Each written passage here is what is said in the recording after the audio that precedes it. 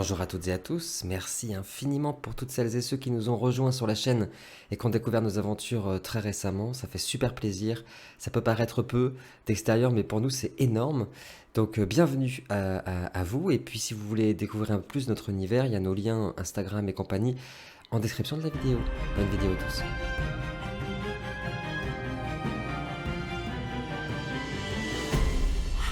Comme vous le savez, pour suivre nos aventures de saison 3 de Préquel, vous n'avez pas besoin d'avoir vu nos précédentes saisons, ni de connaître l'univers du jeu.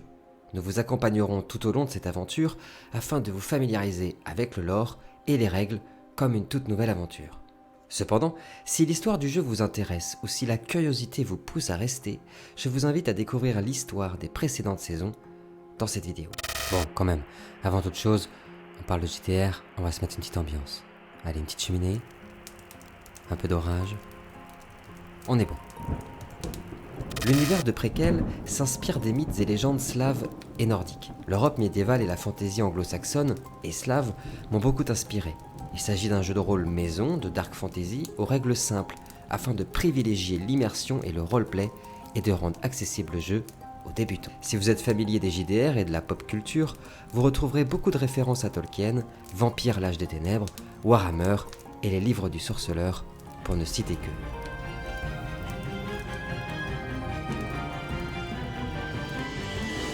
La saison 1 a été de loin l'aventure de jeu de rôle la plus prenante et la plus forte de ma vie. D'une part car il s'agissait pour moi de faire découvrir un nouveau jeu, mais aussi car je découvrais par là même Roll20, d'anciens joueurs avec qui je n'avais pas joué depuis des années, mais aussi toutes les joies du montage. Nos premières vidéos sont donc très amateurs. Mais si le cœur vous en dit, je vous mets le lien en fiche. La saison 1 se déroulait en 1283, soit environ 70 ans avant la saison 3.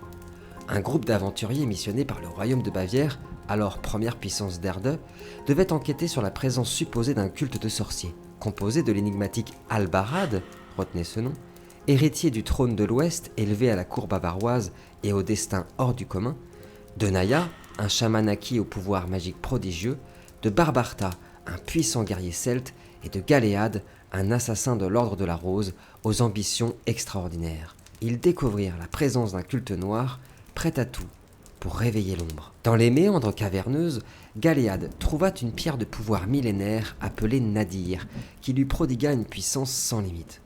Confronté à de terribles complots lors de leur retour en Bavière, Albarad dut assister impuissant à la mort de son père adoptif, le roi de Bavière, et fut accusé de son meurtre et obligé à l'exil. Peu à peu, les aventuriers découvrirent que les royaumes, les terres ancestrales et les forêts de l'Est étaient gangrénés par un mal naissant et l'influence d'un dieu sombre de l'Umbra, appelé le dieu moqueur.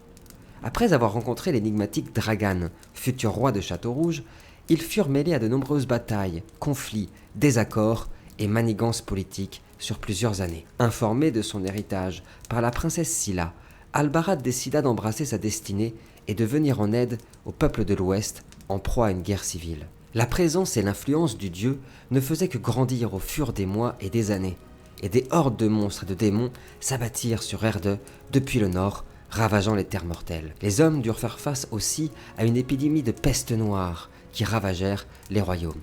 Mais les complots et l'ambition des vieux rois avaient eu raison de l'union des hommes, et tous les royaumes éclatèrent dans des guerres intestines grotesques et chaotiques. Le plan du dieu moqueur se déroulait à merveille. Le royaume du Nadir et de Transylvanie mit à sac le légendaire royaume de Bavière. Le royaume de Gébo, l'un des plus anciens et des plus puissants, s'efforça de faire tomber l'Ouest et de s'emparer de son territoire. Retenez ce nom, le royaume de Gébo. Si vous nous suivez pour cette saison 3, on va bientôt en entendre parler. Motivé par un désir insatiable de liberté et de progrès, Galéade attaqua la cité de Nebenmer, alors contrôlée par un conclave vieillissant et gangréné par la corruption, avant de ne reformer le royaume de Nebenmer et d'y consacrer tous ses espoirs en y lançant l'industrie, la recherche et la militarisation. Après de nombreuses batailles sanglantes, la capitale de l'Ouest céda et le roi Albarad fut couronné aux côtés de sa femme Lily. Après l'épouvantable épisode des cendres d'Inumeria qui marqua à jamais le cœur et l'âme du roi Albarad, une immense coalition se leva afin de faire front face à l'imminence de l'assaut des hordes de démons du dieu moqueur. Elle fut menée et bâtie par Naya et Albarad. Le royaume de Gébo fut rasé dans une guerre sans commune mesure et l'Alliance des Hommes affronta enfin les hordes démoniaques dans un ultime affrontement. Beaucoup de grands héros tombèrent et le monde fut alors ravagé. Parmi ces grands héros, beaucoup de PNJ rencontrés par les joueurs, des moments forts que nous avons vécus ensemble. Affrontant le champion du dieu moqueur et Tiamat, une entité magique liée à la mort de toute chose, appelée l'hiver, nos héros triomphèrent au prix de lourdes pertes.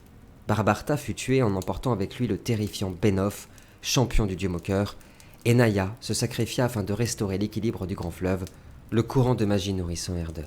La paix revint enfin sur Erde, au prix de pertes immenses et d'un traumatisme incurable. Nos héros se quittèrent et regagnèrent chacun leur légende, leur histoire, leur royaume.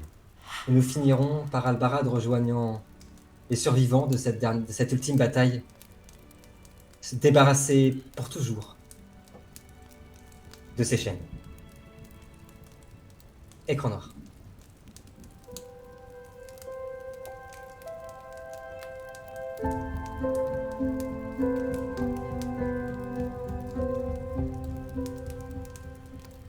Albarad abandonna son trône qu'il n'avait jamais voulu et s'exila sur une île au sud de tout royaume et de toute vie. Il y éleva ses 2 enfants, Anna et Agualon, avec sa sœur d'âme, Lily. En détruisant le dieu moqueur grâce aux gemmes de pouvoir, Galéad fit naître l'arbre-vie qui regorgea le grand fleuve d'une énergie surpuissante et offrit à Erde une abondance comme jamais elle n'eût connue. On appela cette ère l'ère du printemps. Dragan éleva l'héritier du trône de Bavière en secret, sauvé des griffes du Nadir aux côtés de ses dragons. Le monde connut une ère de prospérité où le commerce s'imposa et où de nombreuses grandes avancées technologiques furent inventées.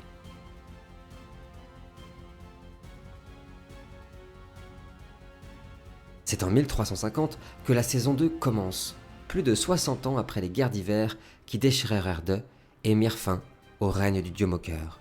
2 groupes d'aventuriers, séparés par des milliers de kilomètres, mais liés par une destinée incroyable, évoluèrent au cours de cette saison. Pour cette vidéo, et pour faire au plus court, je vous parlerai aujourd'hui du premier groupe. Vous pouvez découvrir leurs aventures en fiche. Le groupe principal gravitait autour du magicien Eusin, l'un des plus anciens et des plus puissants mages d'Erde. Il était magistralement interprété par Dorian lors de cette saison 2. Missionné par le roi légendaire d'Algiz, ce premier groupe découvrit très vite que l'influence des dieux sombres n'avait jamais cessé sur Erde.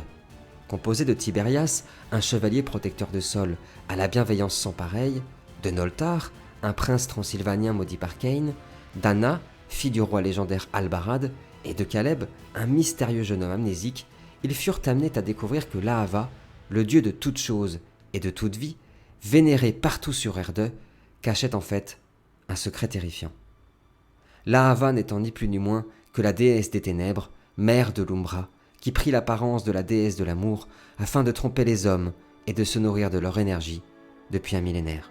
Dans un ultime combat à la capitale bavaroise de Strongheim, Eusin dut affronter la déesse sombre elle-même qui s'était emparée du corps d'Agualon, frère d'Anna.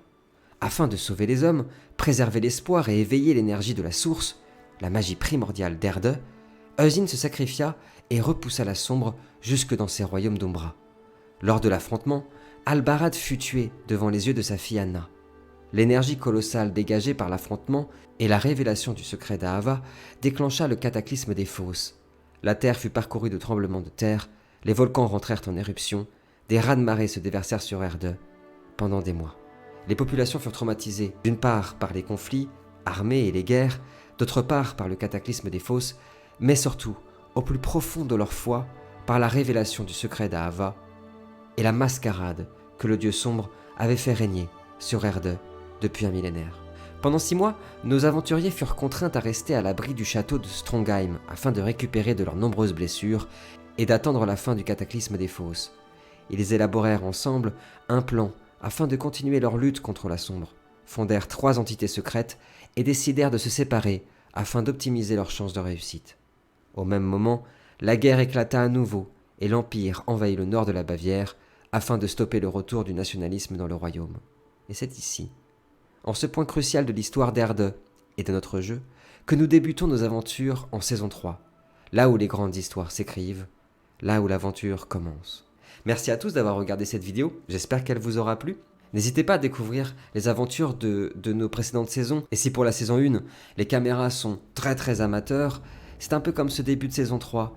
Il a fallu tout cela pour en arriver là, et j'en suis très très fier. C'est un travail acharné qu'on a mené ensemble avec les gars, un groupe d'amis passionnés de jeux de rôle, et réunis ensemble pour une seule chose, raconter des histoires.